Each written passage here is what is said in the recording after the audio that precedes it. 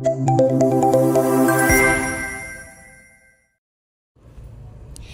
isang press conference, ibinahagi ni Undersecretary Marlo Oringa ng Local Government ng DILG na sinabihan nila ang mga lokal na pamahalaan na sa darating na halalan ay buksan ang mga daycare centers para sa mga magulang na boboto na mayroong dalang mga anak. Lalo na kami po ay nagbigay ng patnubay sa ating mga lokal na pamahalaan, particularly yung mga barangays, na tumupad doon sa directive ng COMELEC na sa darating na halalan ay buksan nila yung kanilang daycare center nang sa ganon yung mga nanay na may mga anak ay pwedeng dalhin yung kanilang mga anak doon para makapagboto sila ng maayos. Pati na rin po yung pagbubukas ng kanilang mga health centers, no, to respond to any eventuality or any event that might happen during the elections.